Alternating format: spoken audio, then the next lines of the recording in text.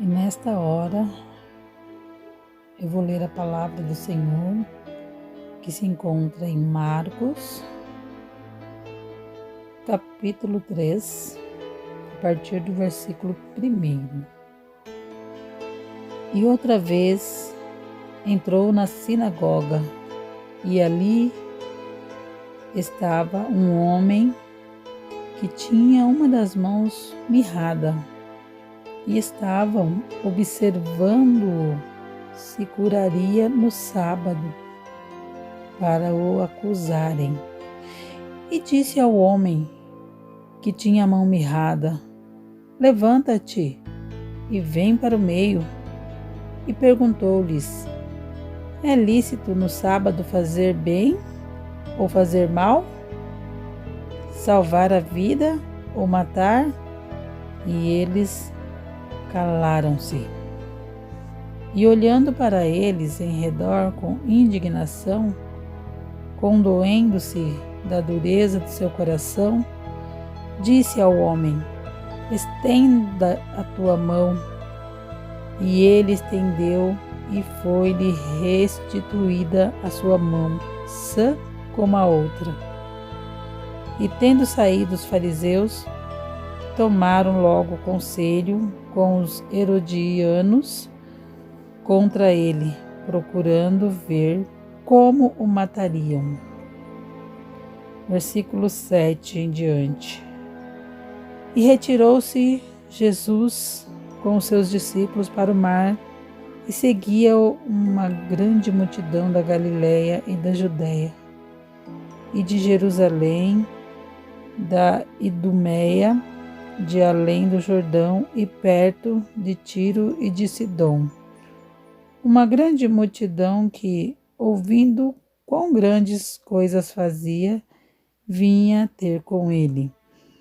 E ele disse aos seus discípulos que lhe tivessem sempre pronto um barquinho junto dele, por causa da multidão, para que o não oprimisse, porque tinha curado a muitos de tal maneira que todos quantos tinham algum mal se arrojavam sobre ele para lhe tocarem. E os espíritos imundos, vendo-o, prostravam-se diante dele e clamavam, dizendo: tu és o Filho de Deus. E ele os ameaçava muito, para que não o manifestassem. E subiu ao monte e chamou para si os que ele quis, e vieram a ele. E nomeou 12 para que estivessem com ele e os mandasse a pregar, e para que tivesse o poder de curar as enfermidades e expulsar os demônios. A Simão, a quem pôs o nome de Pedro, e a Tiago, filho de Zebedeu, a João, irmão de Tiago, aos quais pôs o nome de Boanerges, que significa filhos do trovão, e a André, Felipe, Bartolomeu, Mateus, Tomé e Tiago, filho de Alfeu, a Tadeu e a Simão, o Zelote, e a Judas Iscariotes, o que o entregou. E foram para uma casa, e afluiu outra vez a multidão, de tal maneira que nem sequer podiam comer pão. E quando os seus ouviram isto, saíram para o prender, porque diziam: está fora de si. E os escribas que tinham descido de Jerusalém diziam: tem Belzebu, e pelo príncipe dos demônios expulsa os demônios. E chamando-os a si, disse-lhes por parábolas: como pode Satanás expulsar Satanás? Se um reino se dividir contra si mesmo, tal reino não pode subsistir. Se uma casa se dividir contra si mesma, tal casa não pode subsistir. E se Satanás se levantar contra si mesmo e for dividido, não pode subsistir. antes tem fim. Ninguém pode roubar os bens do valente, entrando-lhe em sua casa. Se o primeiro não amarrar o valente, então roubará sua casa. Na verdade vos digo que todos os pecados serão perdoados aos filhos dos homens, e toda sorte de blasfêmias com que blasfemarem. Qualquer, porém, que blasfemar contra o Espírito Santo, nunca obterá perdão, mas será réu do eterno juízo, porque diziam: tem espírito imundo. Chegaram então seus irmãos e sua mãe, e estando fora, mandaram-no chamar. E a multidão estava assentada ao redor dele, e disseram-lhe: eis que tua mãe e teus irmãos te procuram, e estão lá fora. E ele lhes respondeu dizendo: quem é minha mãe e meus irmãos?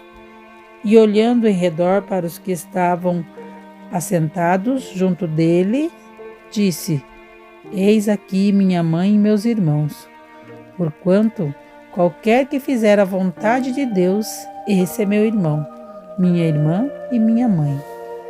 Aleluia, Jesus, glória a Deus, louvado seja o nome do Senhor.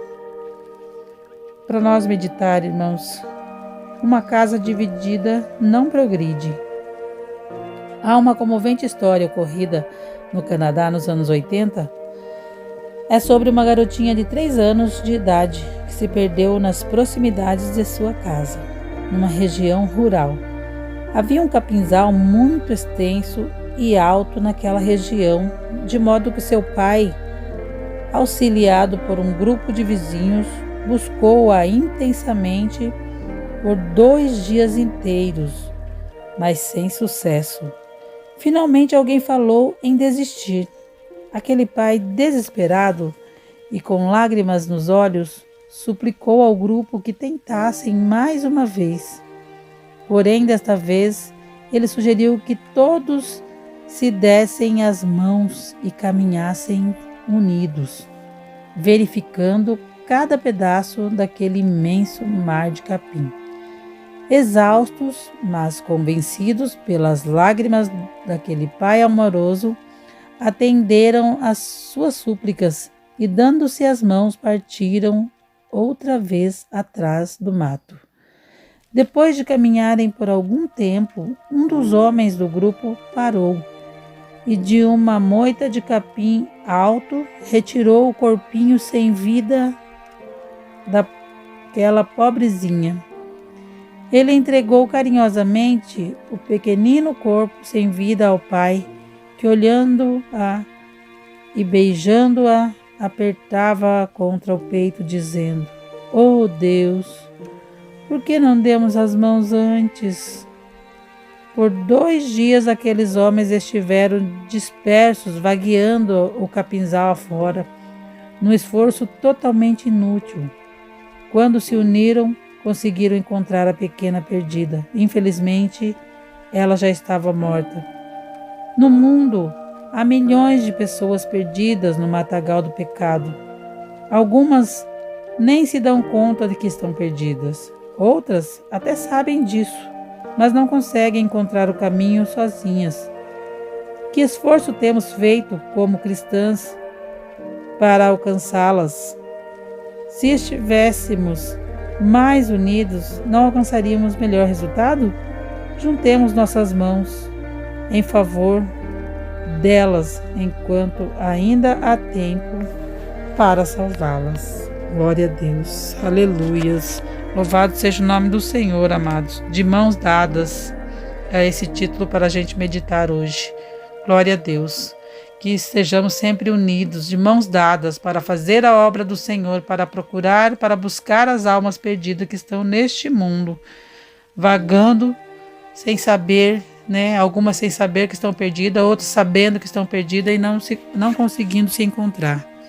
Então vamos ajudar a salvar as almas para o nosso Senhor Jesus. Glória a Deus, em nome de Jesus. Amém.